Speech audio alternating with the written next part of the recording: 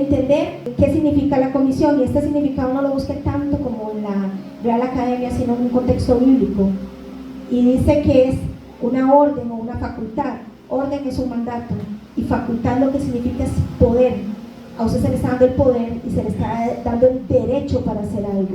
Entonces se le está dando la orden y se le está revistiendo de poder para que alguien vaya y dé por escrito a otra persona para que se ejecute algún encargo o entienda en algún negocio, encargado de que alguien da a otra persona o algo. Usted y yo fuimos revestidos de ese poder. El día que yo estaba dando unión con Cristo, me recordé de algo y el Espíritu Santo me trae algo y yo lo quise ampliar y lo voy a compartir con ustedes. En una prédica se nos habló, ¿verdad?, de cómo funciona lo que es una embajada. Sin embargo, si lo hablamos terrenalmente, la embajada tiene una limitación, y es que su perímetro de autoridad está demarcado. Del portón para afuera, ese poder ya no existe. Ahí va a fungir las leyes del lugar. Pero resulta que en el reino de Dios solo hay dos reinos, el reino de las tinieblas y el reino de Dios. Y resulta que el reino de Dios está por encima del reino de las tinieblas. Entonces, si usted y yo somos portadores de la gloria de Dios y somos embajadores del reino de Dios en esta tierra, quiere decir que el mundo espiritual se tiene que someter. Entonces, cuando nosotros caminamos en legalidad, estamos haciendo un uso correcto de la autoridad de Cristo y tenemos una investidura que se nos sigue dando. Entonces, ¿es una opción ir a evangelizar, llevar las buenas nuevas? No. Como hijos de Dios, no tiene que ver con que si usted es evangelista, porque eso es otra cosa. La palabra nos dice que todos se nos fue dado este llamado y se le capacitó a usted y se le dio un derecho para que usted lo pueda hacer. Entonces, no solamente una responsabilidad, sino que tiene también la autoridad para ejercerlo. Y sigue diciendo la definición que también es un conjunto de personas encargadas por la ley o por una corporación o autoridad de ejercer unas determinadas competencias permanentes o entender en algún asunto específico. O sea, hasta el día que nosotros partamos con el Señor y mientras estemos bajo la autoridad del Señor. Por eso la palabra dice en Santiago 4:7, someteos pues a Dios, resistan al diablo y él va a huir de ustedes. La condición es estar sometidos a Cristo en todo momento, 24/7. Entonces somos enviados, que es un mandamiento, por Jesús, quien tiene toda la autoridad en el cielo y en la tierra, y es bajo esa misma autoridad y esa cobertura que somos enviados a predicar el evangelio y a discipular. ¿Se acuerdan cuando Jesús les dijo a los discípulos que se esperaran a que recibieran el Espíritu Santo para que entonces pudieran salir a hacer lo que tenían que hacer? Nosotros tenemos que procurar, tenemos que mantener de continuo la llenura del Espíritu Santo. Usted tiene que, sí o sí debe estar lleno del Espíritu Santo para que usted pueda cumplir con esta misión, para que se le sujeten los demonios, para que usted pueda ir y causar algo, que cuando usted hable, usted no va pensando en que soy yo la que hablo, usted simplemente va como la boca que se abre y que el Espíritu Santo fluye a través de usted. Gloria a Dios. Dice, para poder cumplir con la gran comisión debemos primero entender qué es el Evangelio de Cristo. Y para lograr esto debemos estudiar la palabra de Dios, ser permanentemente discipulados, escudriñar la palabra y buscar entenderla.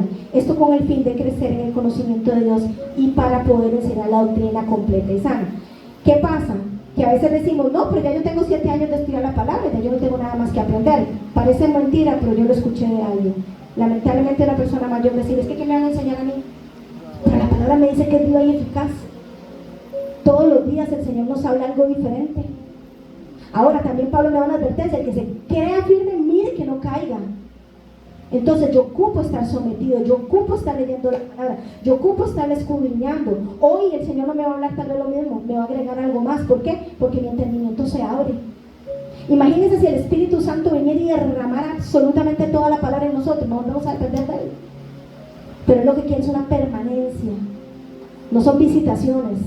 El Espíritu Santo quiere permanecer en nosotros. Ahora, después de que entendemos lo que es el Evangelio y cómo evangelizar y la gran comisión, tenemos el ejemplo de Cristo. ¿Cómo predicaba Cristo? Dice que Él predicaba con autoridad. Claro, sabemos perfectamente que Jesús se despojó de su divinidad y Él vino aquí en condición de hombre, pero Él tuvo una constancia permanente, una permanencia de dependencia de Dios. Eso a mí me habla que Jesús simplemente, Él caminó en la tierra enseñándonos cómo se debía hacer. En su vida de niños, en su vida de joven, sujeto a sus padres, en obediencia. En su vida adulta, Él se preparó, porque vemos cuando nos habla la palabra del año de la preparación de Jesús, Él se formó. Él iba a donde Juan el Bautista para aprender. Él de 12 años, cuando se quedó en Jerusalén, hacía preguntas, también respondían. Entonces, Jesús se preparó y después tuvo el año de la popularidad donde Él salió a predicar. Lo hizo Jesús, no lo vamos a hacer nosotros. Ahora, vea lo que dice Mateo 1:22. Dice que la gente se asombraba de su enseñanza porque la impartía como quien tiene autoridad y no como los maestros de la ley. Mateo 7:28-29 dice: cuando Jesús terminó de decir estas cosas, las multitudes se asombraron de su enseñanza, porque les enseñaba como quien tenía autoridad y como los maestros de la ley. ¿Y sabe algo? Sí, esta misma autoridad Dios la da. Aquí hay hermanos en la iglesia que es impresionante y es un deleite escucharlos predicar la palabra de Dios, porque usted puede discernir que es Dios en ellos, que no son ellos los que hablan desde su razonamiento, ellos hablan desde el conocimiento, desde lo que el Espíritu Santo les ha revelado. Entonces, a veces creemos que podemos bailar a la gente, no. La palabra dice que estamos siendo pesados siempre, estamos siendo medidos, la gente nos ve, nos escucha, incluso ve la congruencia de nuestro hablar con nuestro actuar. Ahora, ¿qué predicaba Jesús? Ay, esa parte fue, les confieso que ahí fue donde el Señor dice que Él decía: arrepentíos, el reino de los cielos se ha acercado. Juan el Bautista, que decía: arrepentíos. Eran mensajes contundentes y eso me llevaba al Espíritu Santo a pensar: ¿qué pasaría si yo supiera que en mi barrio en una hora va a explotar una bomba? Yo diría: hola vecinita, ¿cómo me le va? Vea, yo no sé si está ocupadita, pero si usted ve que por ahí en unos 10 minuticos usted puede agarrar sus cosas e irse, porque dicen, no me consta, que va a explotar una bomba. Yo creo que muchos iríamos desesperados y como locos gritando, y peor si es nuestra familia. Entonces yo le preguntaba al Señor: ¿por qué se ha suavizado tanto el evangelio? ¿Por qué ahora venir y decirle a una persona: arrepiéntase de, me está diciendo que yo soy pecadora? Y nos preocupa más el ofender a la persona que esa persona se pierda. Y la palabra de Dios me decía: ¿cuándo viste en la Biblia que llegaran con mensajes suavecitos? Eran confrontantes porque era determinante, vida o muerte, lo que se estaba predicando. Y yo me pongo a pensar en este momento: ¿quién tiene aquí la vida asegurada que a 5 minutos? Nadie la tiene. Entonces, yo no entendía cuando el Señor me enseñaba todo esto y ahora entiendo por qué. ¿Cómo voy a ir a evangelizar? Si me voy para este lado y luego a la persona que es una pecadora y que es impía, se va a sentir dañada y no va a querer escucharme. Pero si me voy para el otro lado y le digo: no se preocupe, vea, esto es una cuestión de conciencia, si usted ahorita no se siente mal, cuando Dios le diga. Entonces entendí algo: el único que me va a calibrar es el Espíritu Santo. Él es el único que me va a decir: con esta persona vas a hacerlo de esta manera, esta aguanta que vayas más profundo. Entonces, cuando nosotros caminamos, como dice la palabra, que los hijos de Dios somos guiados por el Espíritu Santo, el Espíritu Santo te va a enseñar que no con todas las personas funciona lo mismo. Por eso la dependencia de Él. Dice Marcos 1:14: después de que encarcelaron a Juan, Jesús se fue a Galilea a anunciar las buenas nuevas de Dios. Se ha cumplido el tiempo, oiga. Se ha cumplido el tiempo, decía, el reino de los cielos está cerca. Arrepiéntanse y crean las buenas nuevas.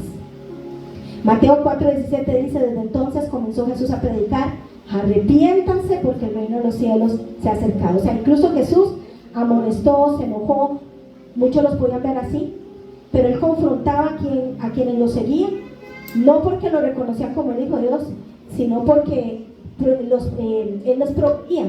Digamos, Jesús en su caminar, Él fue siempre enfático.